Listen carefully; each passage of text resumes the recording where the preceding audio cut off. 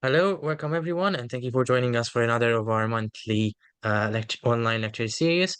Our speaker today is Dr. Lucas Amaya, who has received his PhD in classics from UFRJ in Brazil, and he has carried out a slip-side period of research at the University of Exeter.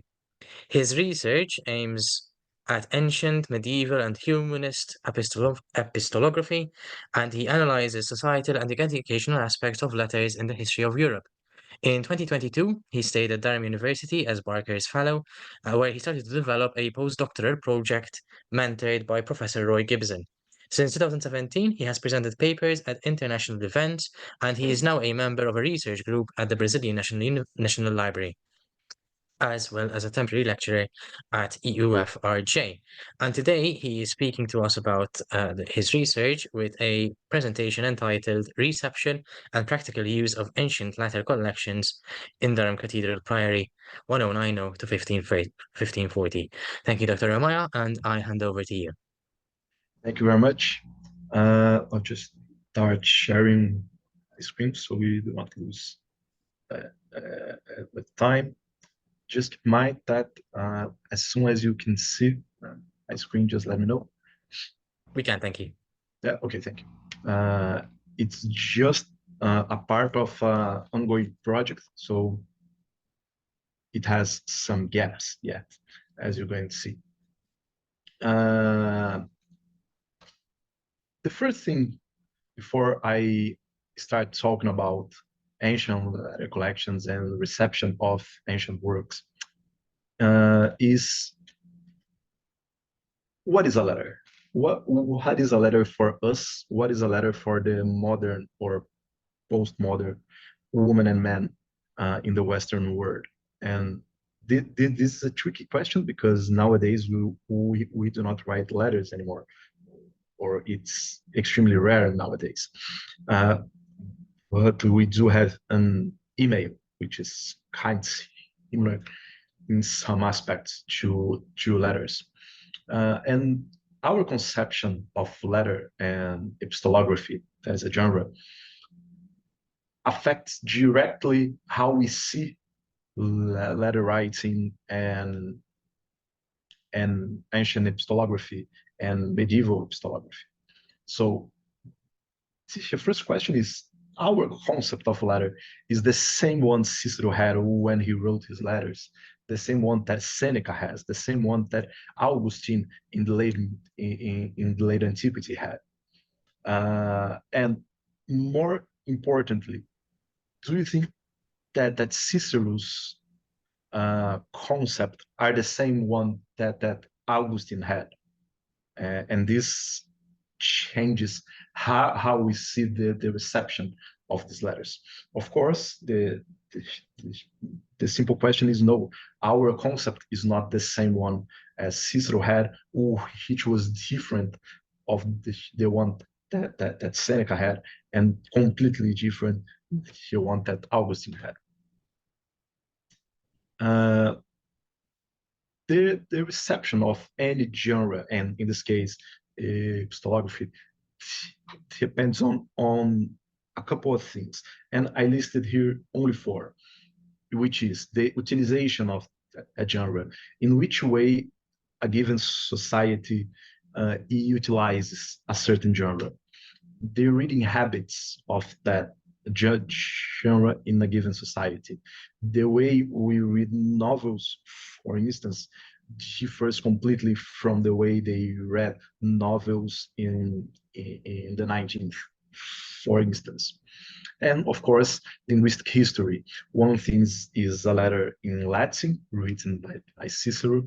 Another completely different thing was the Latin used by Augustine, and even more different, as you can see, the Latin in which they transcribe Paul's letters.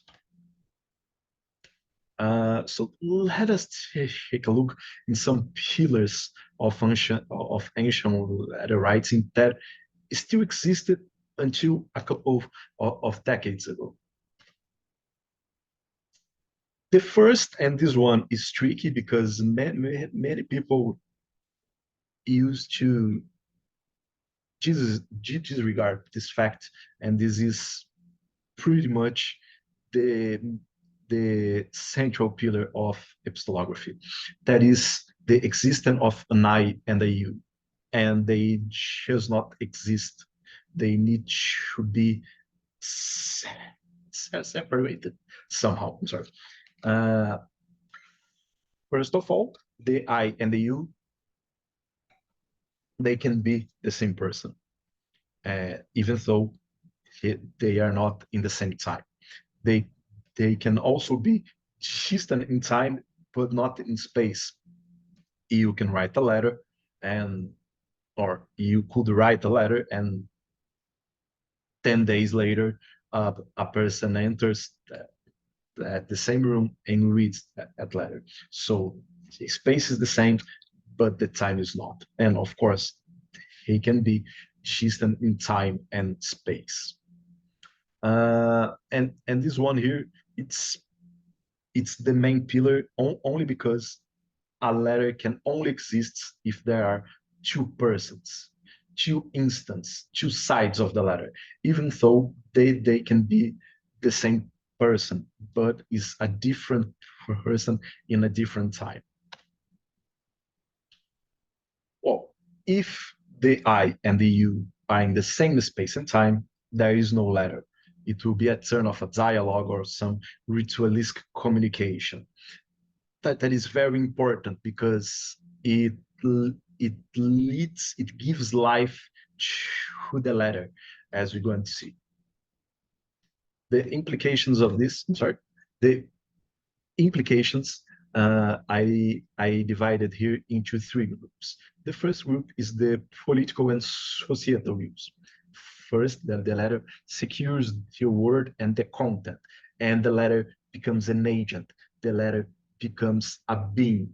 The literary use, the gameplay with the presence and the absence, which I'm going to talk later, and the reconstruction of any narrative I want.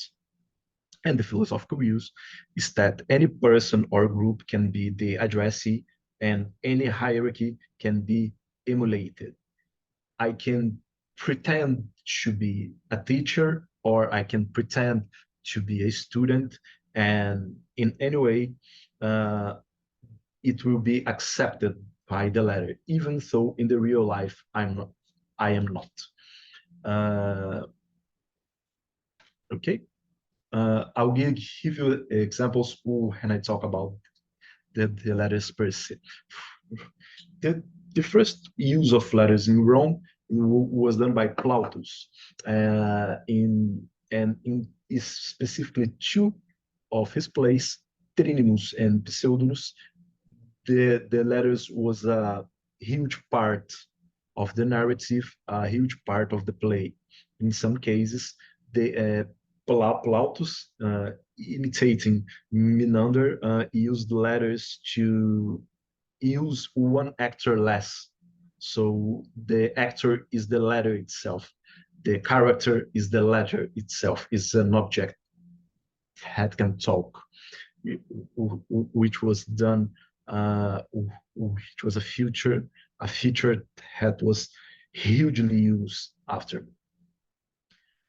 In the historical narratives, like in Sallust's writings or Caesar, letters are usually uh, put or inserted as a historical document, even though most of them were lightly false or not true or not completely true. And of course, there were letters from famous persons that circulated all around, like the letter of Cornelia, that was uh, a huge guide for Cicero when he talked about rhetoric. And to whom belonged the hands that wrote Roman epistolography?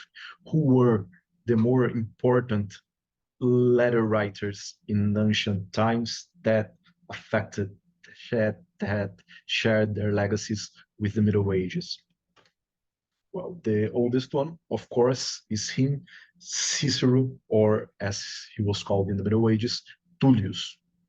Uh, And what we can learn from his letters? First of all, the principle, the concept of amicitia, that is the social and political display of connectiveness. You show that you know people and you talk with people. That is a huge deal in the Roman period and in the Middle Ages. Another thing is the power in dominating dialects. Cicero could write in the Sermon Urbanus, that, as he called how he wrote his letters. That is a sermon, that is a dialect imitating the the common conversation, the frequent conversation, the streets, but he could also write uh, in sermons more elevated, more erudite sermons. And of course, his letters were used as historical narration and testimonies, even though we do not know exactly which letters he would like to publish. And the second one, not in chronological order, but in importance, was Ovidius or Ovid. Uh, he was the first one that orchestrated the idea of a book of letters, which is a huge deal, as I'm going to talk about later. He emulated, or he created, he played with the feeling of distance and sadness. That's his letter from Exponto, Epistola Exponto, and of course in his Heroido as well, Epistola Heroido. And he played with this feeling of absence and the letter being present to diminish that feeling of absence. The I and you, of course, he worked a lot with letters to his patrons and to create hierarchies that he would use in his own benefits, and poetry and epistolarity. He was the first Roman writer to write letters, or a book of letters in using verses, not using prose. He was the second one to do this with letters. But a book, he was the first. And I'm questioning here if this was the establishing of a new genre, which I think was done by Pliny later, but this is a pre-announce of what Pliny would do later. Then we have, of course, Horatius or Horace, uh, and he has two books of letters, one about criticism and one about literature.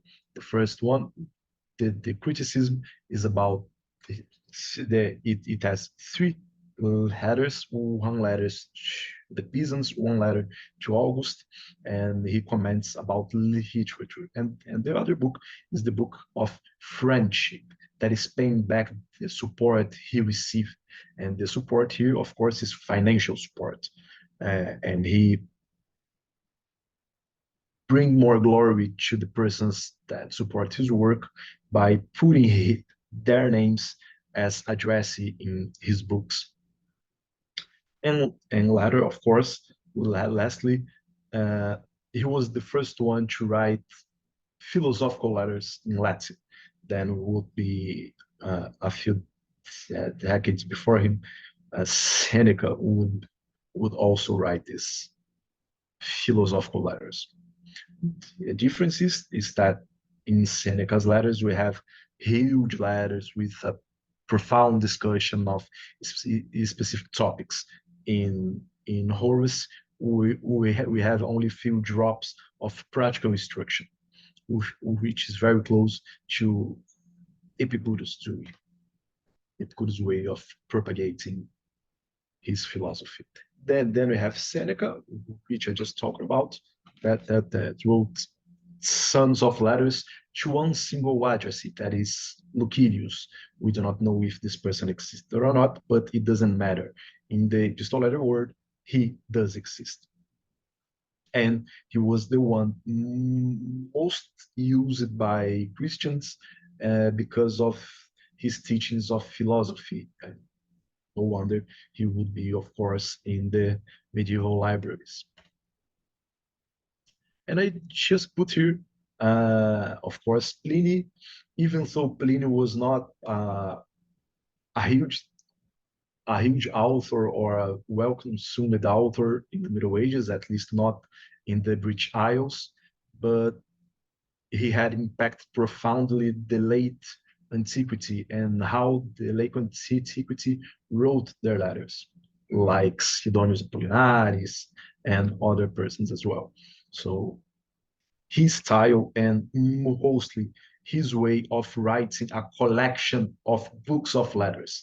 He just not wrote books of letters. He wrote a collection of books, which was 8 of 10 books, and each book has a proper style and the positions of the letters within the books and the position of the books played a role in the meaning of the letters. And and of course he was well known because he wrote his own epistolography, his own history. I'm sorry, his own biography, his own history within his letters, through his letters. And one particular thing that is usually ignored by several studies, I only know 2 studies that acknowledges this, is that he was the first one to use poetical clause and no prose or no prosaic rhythm in his letters. Most of his letters sounds like poesy, poetry, and not like prose. So this is completely different. Uh, and I also inserted here Saint Paul, uh, even though he wrote originally in Greek, his reception in the Middle Ages, of course, was in Latin. They only had in Durham at least they only had translations of his letters, and the way he wrote and the impact he had uh, influenced directly how they would write and how they would use letters in the late antiquity, and of course it would impact the Middle Ages as well.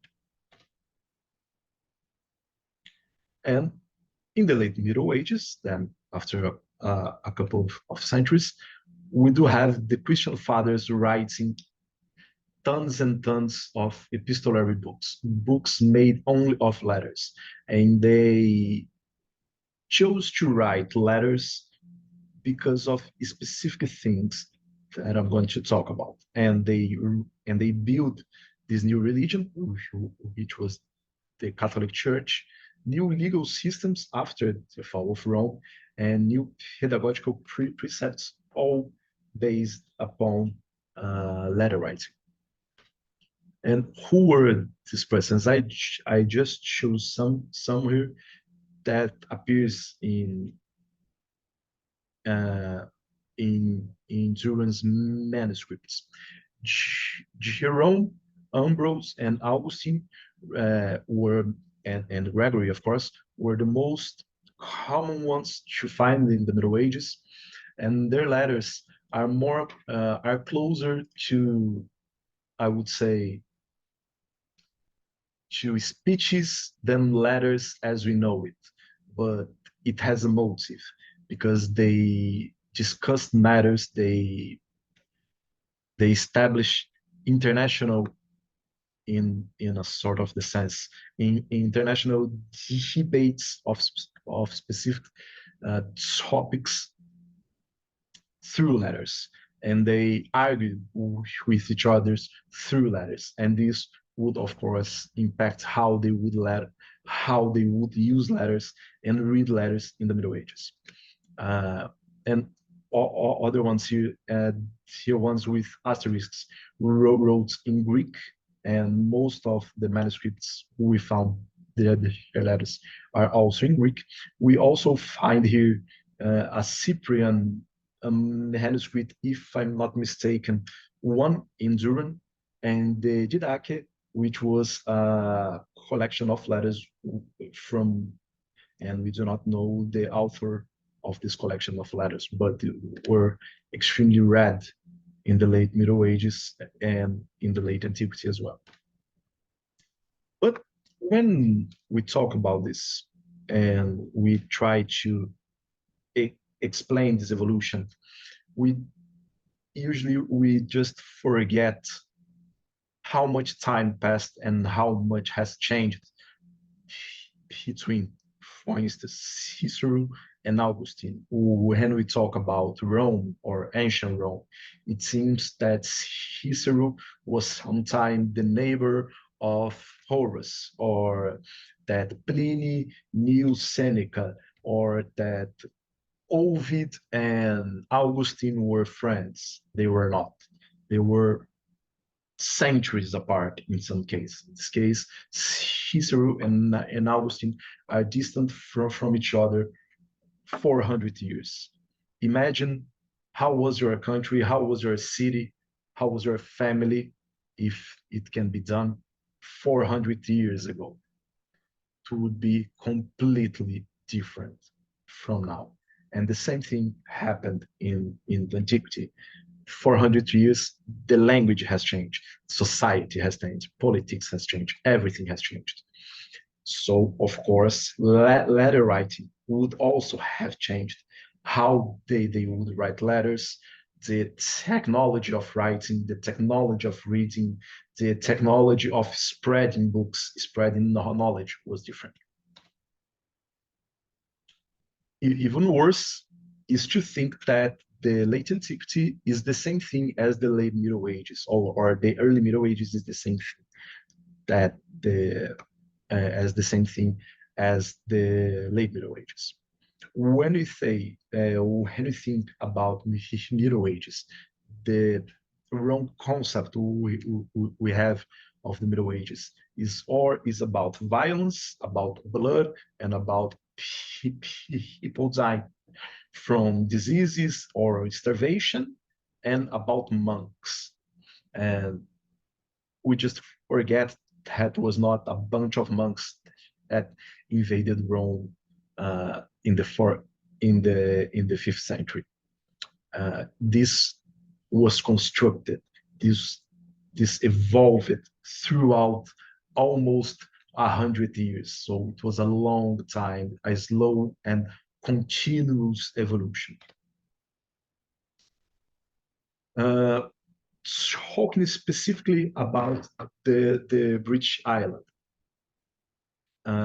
In the Roman time, they were, of course, they in the British Isle they had Britons, they have Scots, they have Roman themselves, they have Greek people, they have a lot of different people. Then we have the Saxons, then we have the Danes and the Norsemen, and everything was slowly changing. Of course, the Normans as well.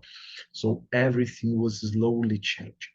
So if I do have different places, different local people, and diverse rulers after Romans fall, I will have, of course, a different letter writing brackets. It will not be the same, and this is very disturbing because when we read about letter writing and how was the reception of functional letter collections, we usually think that all Europe was like Italy or equal Paris, so which is completely false.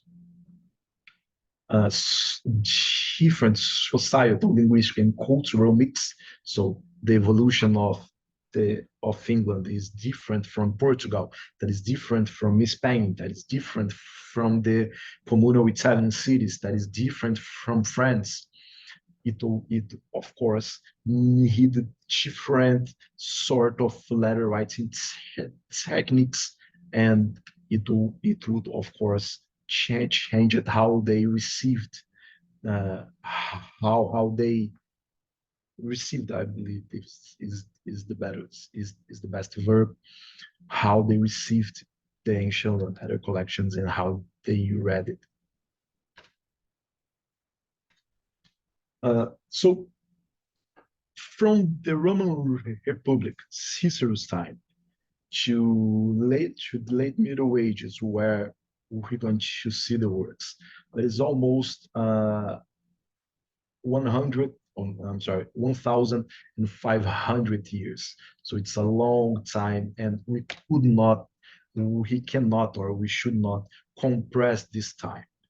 Uh, we try to do this every single time we study the past, but no matter how much we smashed our past, uh, what he created is smashing our past will never represent the past itself. It only represents our desire of the present and not of the past.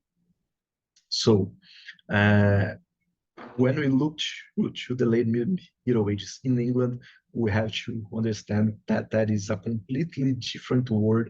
I would say that is even a completely different planet, a different galaxy from from Cicero's time, from late antiquity, and of course, is far, very far from our perception.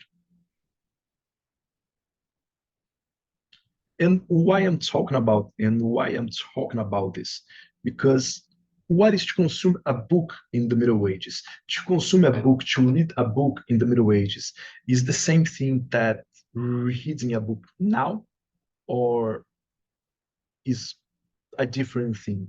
How they would consume a book and what was a book for them. We usually think of reading a book as we read today, and we think of a book as we see a book today. But that is not true. Usually, from the evidence we have from Durham, reading in silence was likely not the norm, was not regular, was not the the way that people would read every day. The evidence show that they would care more about the sound of the text than the text in its written version itself. So the sound imports. The sound is important. The sound is the key to understand how they read it. And we do not read speaking out loud. We are not used to listen other people reading texts for us. We read them ourselves in silence, and it's a completely different thing. Another thing is that the miscellany of works within the same manuscript is the rule for medieval manuscripts. It's not common to have a manuscript that only has one topic, one author, one subject. It's not how they craft their books. And it's not because they just compiled any text they had uh, around them and just put them together. Of course, it was not like that, but in most of studies in the last centuries, people try to see the miscellany of works in the Middle Ages in that way. Because of this miscellany, of course, we do not have a single manuscript with one single letters. All manuscripts we have has at least one collection of one author. In some manuscripts, there are a collection of two or three or even four authors in the case of the Christian fathers, but never one single letter. And this miscellany plays an important role to us to understand how they read it and how different is from our perception.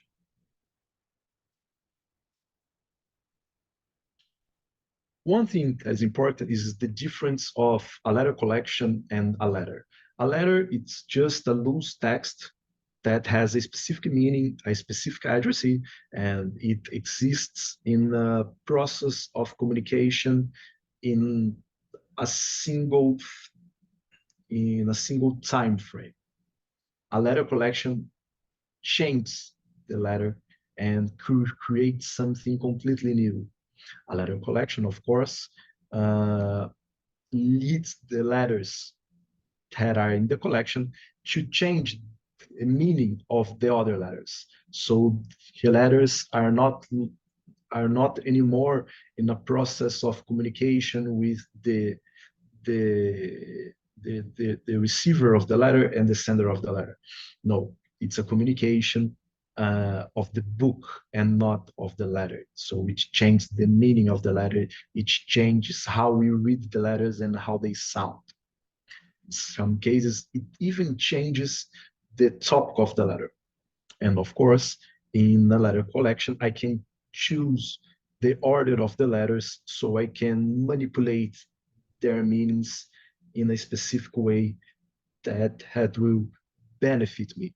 I do think that the first one to do this was Pliny the Younger, but we can see a previous version of this, a scrap of this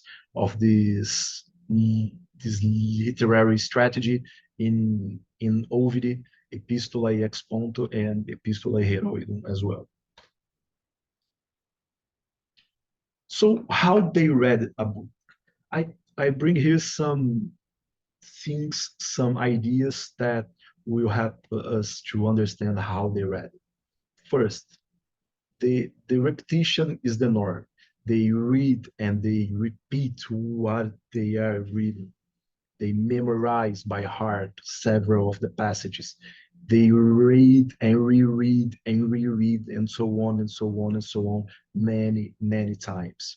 They compare works and, of course, they listen to others reading that the same text. So the sound can be analyzed. The clauses, the poetic clauses, the sentences can be more appreciated than we do nowadays. Of course, there was some support. His support was the use of glosses and commentators. The personal enlightenment, the book was used for, in the case of ancient letter collections, was usually used as a personal enlightenment. It wasn't hot a self propaganda as we use nowadays, like, oh, I read this book, so I'm smarter than you, or anything like this. And of course, they do not need to read this for academic needs or professional needs. But of course, it means that they had a profound knowledge of Latin to read those books. Well, and what is a book in the Middle Ages? A book can be extremely elegant, extremely adorned. It can has illustration. It can hold even some traces of gold, as we can see on the left image. That is the Durham Gospel, an extremely adorned book, which was prepared, if I'm not mistaken, in Lindisfarne. Uh, this sort of book was not the rule. This was an exception. Why they were an exception? Because they were a good not for reading, not to bring only knowledge. They were a good that represent financial power and erudition. They were just showcases. That's why most of these books survive up to this day. But there are several books that did not survive, and they did not survive not because, as they thought in the past, because they were less important. No, it was exactly the opposite. They did not survive because they were more read than the illustrated and adorned books. I bring here two examples. On the left, an example of the manuscript C4 2025, if I'm not mistaken, that is a part of a letter writing manual. And on the right, and at the right, we have here a copy of a Jerome's letter. So we can see here only one color, that is brown, only one ink, only one hand, no illustration, no adornments, nothing, just the texts. Most of the books would be like this, and they did not survive because they were prepared, they were crafted to be handled every single day. Just think about your books. Do your books that you handle the most, that you read the most, they survived for 10 years or 15 years, or the books that you have for 20 years are the books that you barely touches? Is the same thing. So when we read, as you're going to see, about dozens of books from Ovid, from Horace, from Seneca that existed in Durham, and we do not have a copy of them, is because they were worn out. They were read and used until the folio started to fall apart, literally. We still have some pieces of the folios in some cases, and in some cases we have a folio or another folio that was worn out, and they managed to insert that folio in another manuscript. So, so we have proof of this, which I'm talking about. And why I choose Durham and not Bodleian or Cambridge libraries or any other library? There's a reason why. Durham is a place where we can find hundreds and hundreds of manuscripts and thousands of incunabula, and they were all used there. We know that some of them were crafted there, and the ones that were bought somewhere else were used there, which is different in Oxford or Cambridge, that has manuscripts from all over Europe. So we do not know exactly where they were used, by whom they were used. We just know that they are now in Oxford, Cambridge, or in London. In Durham, no. We know that they were there in Durham at some point. In most of cases, we even know where they were read and by whom they were bought. And I bring here some numbers to us to think about. These are the numbers of the ancient letter writing books and some medieval collections as well.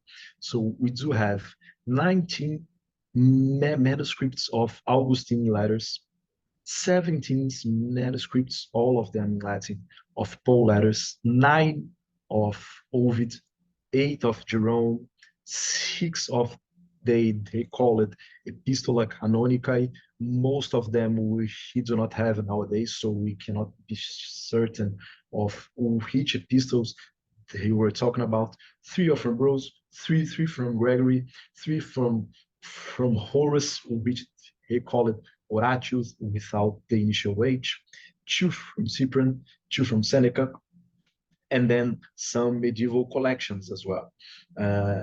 We tend to think that there were not letter collections from the Middle Ages, and that the use of amicitia, the concept of amicitia, did not exist before humanism, but it's completely false.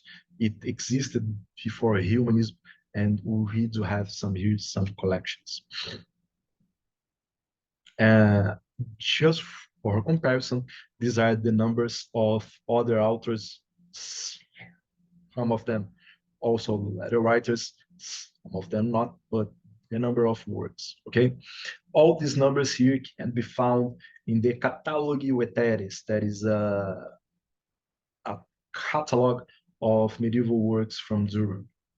So we have, for instance, 52 books from Augustine, 23 from Cicero. Most of them were or the Oratore or the Rhetorica ad Herennium. At the time, they thought was written by Cicero.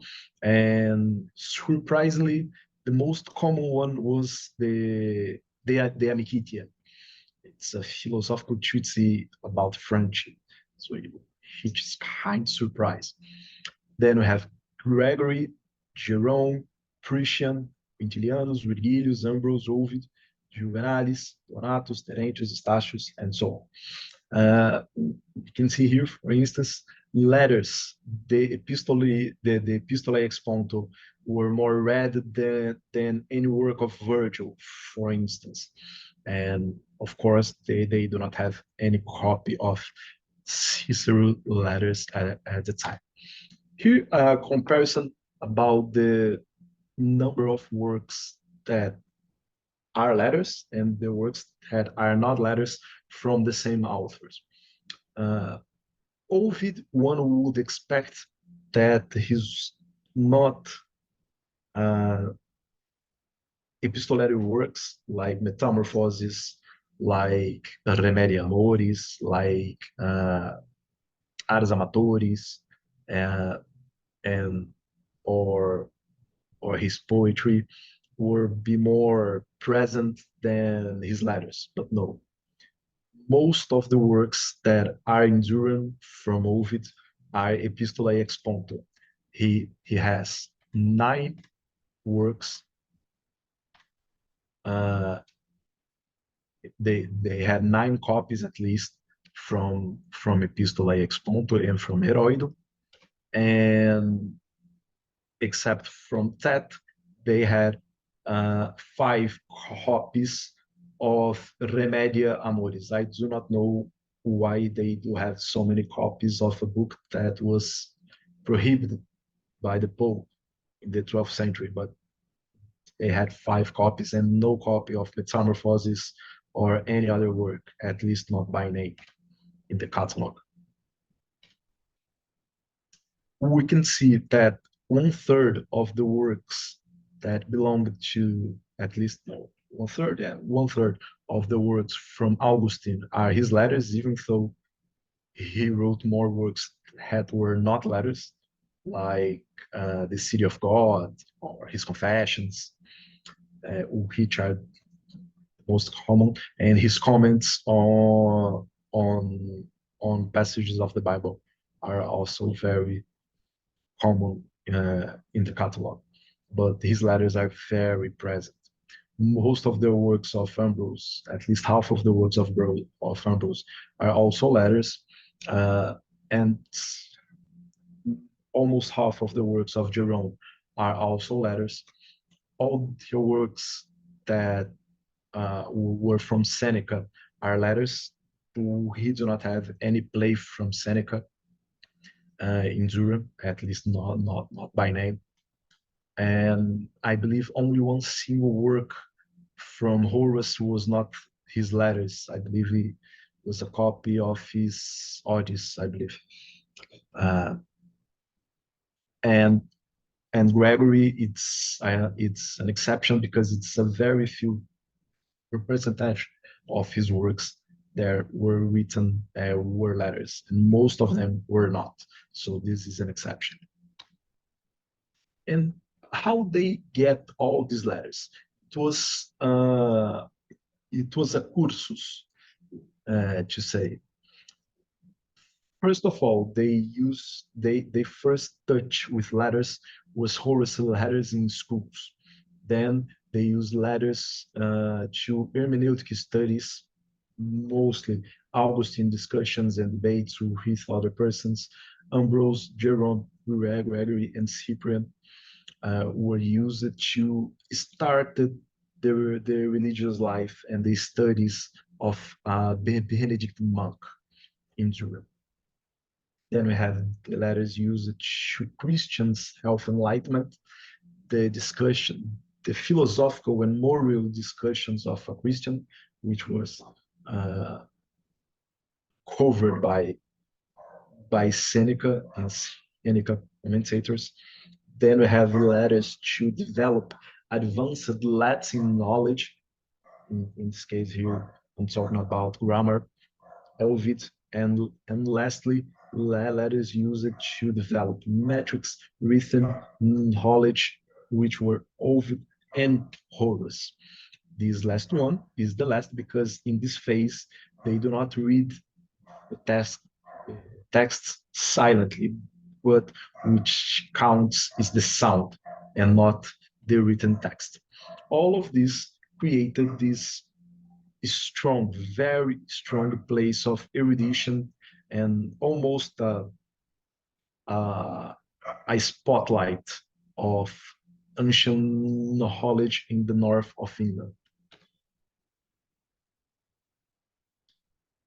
Just so you know, this all these schools, all these preparations of the monk was not necessarily done in the cathedral. Of course, within the cathedral they had schools, and in the houses of the cathedral in other cities they also had schools.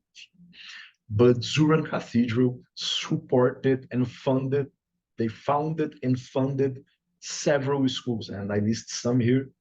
A, a city school in Durham in the end of the 12th century, then in Middleham, in Hexham, in Northam, in Darlington, in Alnwick, in Bishop Auckland, and lastly in Newcastle. It's also important to state that Durham funded a house in Oxford. It was the first one and the only one that did it only by itself. So it was a place that they invested much money in education.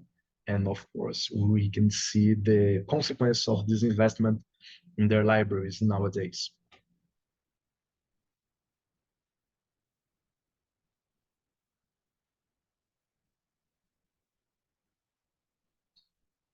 And which are the consequences of this letter writing practice and this consume this consumption of ancient letter collections? First, letter writing was the major response to needs rose from new political and legal systems. I'm talking about here the chanceries, the new offices, the legal offices, the political offices that started to be created in the 19th century, in the 10th century. And of course, shortly after that, we have the establishment of the dictamen, the building and the development of this new genre that was based on late ancient epistolography. Is not based on Cicero in Cicero styles, or is not based in Ovid's work. No, it's based mostly on the work of the ancient Christian fathers, Ambrose, Jerome, Augustine, and their idea of debates, of speeches through letters. This was the basis for the construction of the dictamen. And Durham still has, in fact, an incredible collection of more than 10 dictamina, including one composed within the walls of Durham's chancery. It's very rare to find a manuscript that is autographed and we know where it was composed, where the book was crafted, and where it was read. This is a particular case where we can see this very clearly. Uh, on the other hand, we have the idea of the Anikitia, which is previous to Petrarch founding or refounding or rediscovering the letters of Cicero.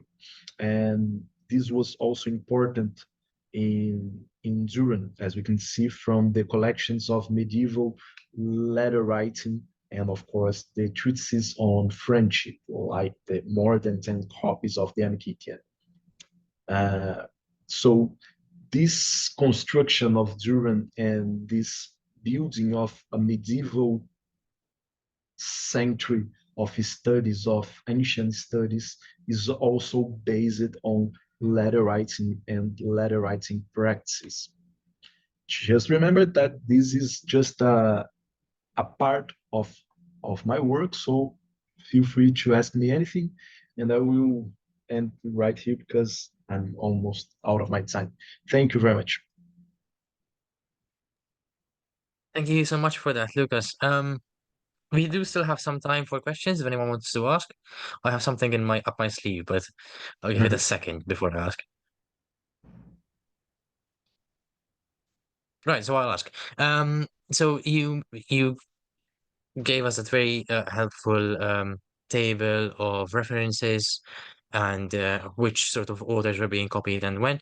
And my question is, we're talking here about a 500-year period essentially of use in Durham. And my question is it possible to trace sort of the fashion of who was more popular when? Do we know, Yeah, like, for example, no one's really quoting Cicero in the 13th century because he's no longer cool. Everyone wants to do Pliny now. Do we get that sort of sense from the records? yeah, we do have. Uh, of course, we have the idea of the Ovidiana Aetas in the 11th century, the Horatiana Aetas in the 10th century. But in Durham, particularly, as the catalogs had a precise date, we know that in the 13th centuries, we had more books from Ovid than Horace. In Right. the 14th century, we had more manuals and more grammars than before.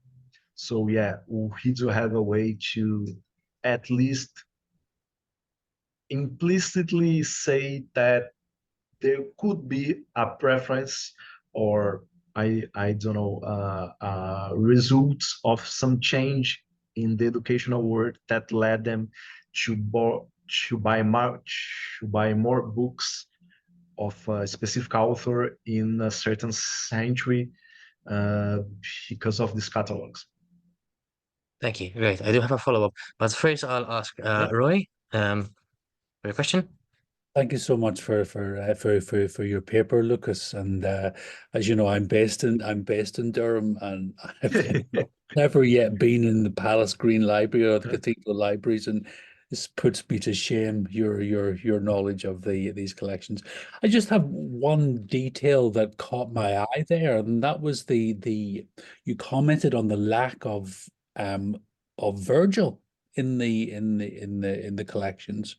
Is that did I understand you correctly that there are very few records of manuscripts of Virgil? I do believe that. Oh, first of all, it's a pleasure to see you again. Of course, it's a long time no see, but I do think that Virgil is very important because he's the poet with more copies after Ovid. Like we have 80 copies from Statius. We have two that we know where they were, and some other copies that belonged to private stash. Uh, but and Virgil is it's we have more manuscripts of Virgil than Horace than any other poet except Ovid. So and funny enough, all almost all manuscripts from Ovid are letters. Yeah, but that is the really surprising fact. Sorry, that I misunderstood your comment Yeah, about Virgil, then for which I apologize. But still, that the revelation about the Epistolae ex Ponto and maybe the Epistolae Herodum being the most popular texts, or that is an interesting revelation indeed about what they valued, because nowadays the Epistolae ex Ponto are usually regarded as the last thing, but the last. chronologically and in any other sense that one would read from Ovid. Now, of course, I feel very differently about them myself, but it's the last thing that most people read. Yeah, in Ovid. So it's fascinating to hear the different valuation in the medieval reading community. I do not know, but they do not have, at least by name. In some cases, we just have the entry of it, and that's it. So we do not know exactly which word works in that manuscript. But there's no single entry of metamorphosis. That is surprising. No single entry. We do have Veroidum, we do have Tristiae, we do have Ars Ars Amandi, we have Remedia Amoris, but not Metamorphosis, which I cannot explain. I think it's more easier to explain the presence of the Remedia Amoris, because anything that cures people of love is good. So, Yeah, so yeah, even if the Pope did ban it. So, but no, but that was a fascinating detail about the Epistolary Ponto, yeah. um, being so popular. And but as you say, not surprising. There's no collections of Cicero, given how rare they were. in No, there was no collection. Well, there. It's funny because we should expect more copies of and more references to Rhetorica Derenium in the 13th century and in the 12th century, but in fact they were sort of ahead of their time because they were already talking about the Oratorian Brutus way before they did it in London or in Oxford and Cambridge. So it might be related to their connections with Paris. I don't know. Well, thank you for a very, very interesting presentation. Thank you, Professor. Thank you so much. Do we have any other questions?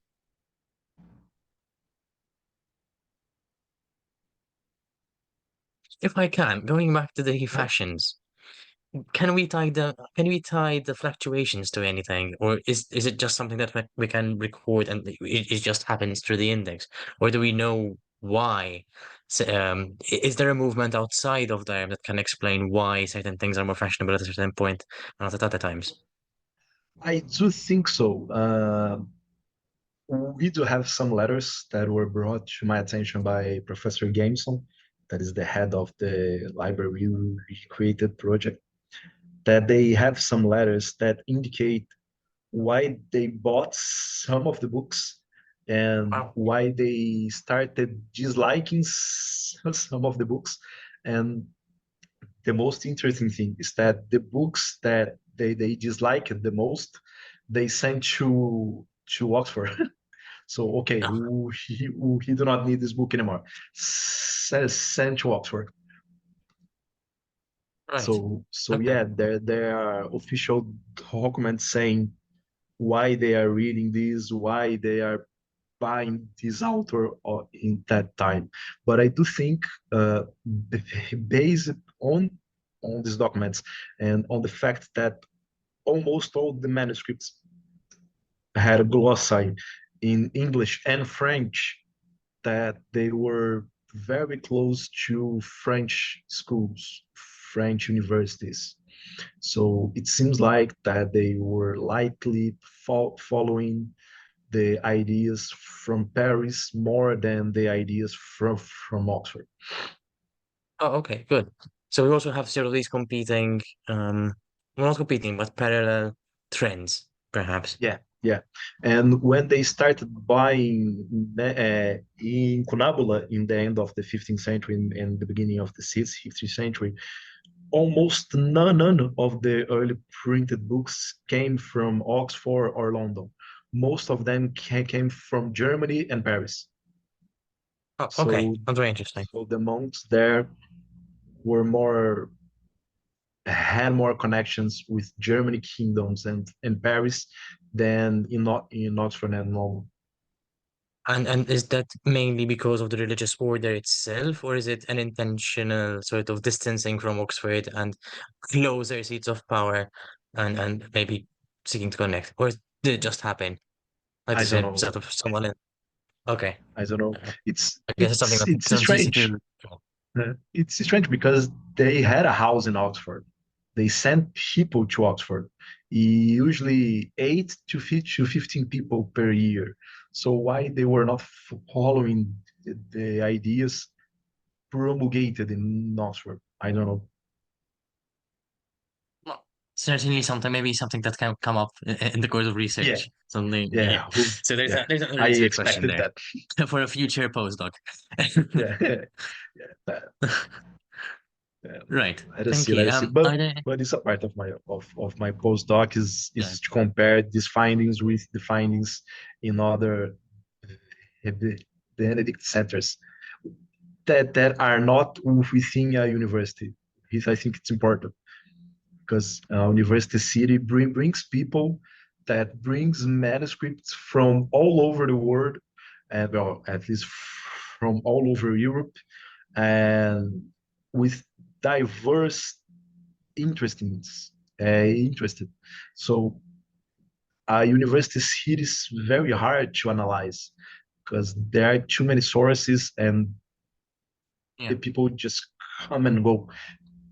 People in Durham know they stay there, and most of the monks are from Northumbria, are from the north of England, and they prepare their own monks. Or they created and they educated their community to so the community can work as in the chancery, in legal offices, in courts. So it's different from huge cities. right. Thank you. Are there any other questions?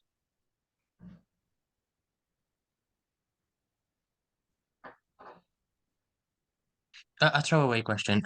Were there any Benedictine monasteries in Scotland? This one's hard. I think 'Cause I know so. that for a very long time, there was a big sort of not religious fight, but sort of dispute whether Scotland formed part of the Diocese of Northumberland, I think, Northumbria, or whether it was separate. And I know that Scotland, even at this time, had a very close relationship with France. So I'm thinking maybe if they felt where they were from the within the same diocese, and Scotland was so very connected with France, maybe there might be a roundabout reason why there might have been such a sort of intellectual connection with France through that. But it's just a throwaway question. No, no, no. Not It's something. it's it's a thing that I will look. Yeah, yeah.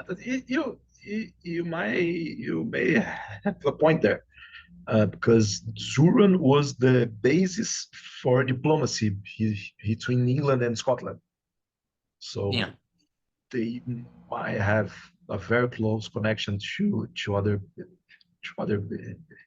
Benedict centers in Scotland.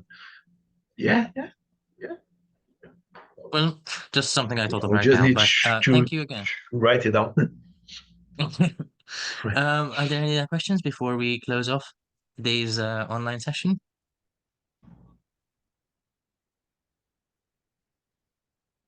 Right out. So I thank you once again, Dr. Amaya. Thank you for such an excellent, a very engaging and very interesting um, presentation. I hope we'll Thank see you very much. something in our forthcoming journal of the one after. So Yeah, yeah, yeah. that's definitely something I'm looking forward to including in our edited volumes. And thank you again for joining us. Everyone's invited, of course, to our future events. The next one is our online conference running from the 18th till the 20th. More information on that on our website. For those of you who are in Malta, we have an in-person lecture then on Friday the 26th. More information will be circulated about that and or it's already on the website.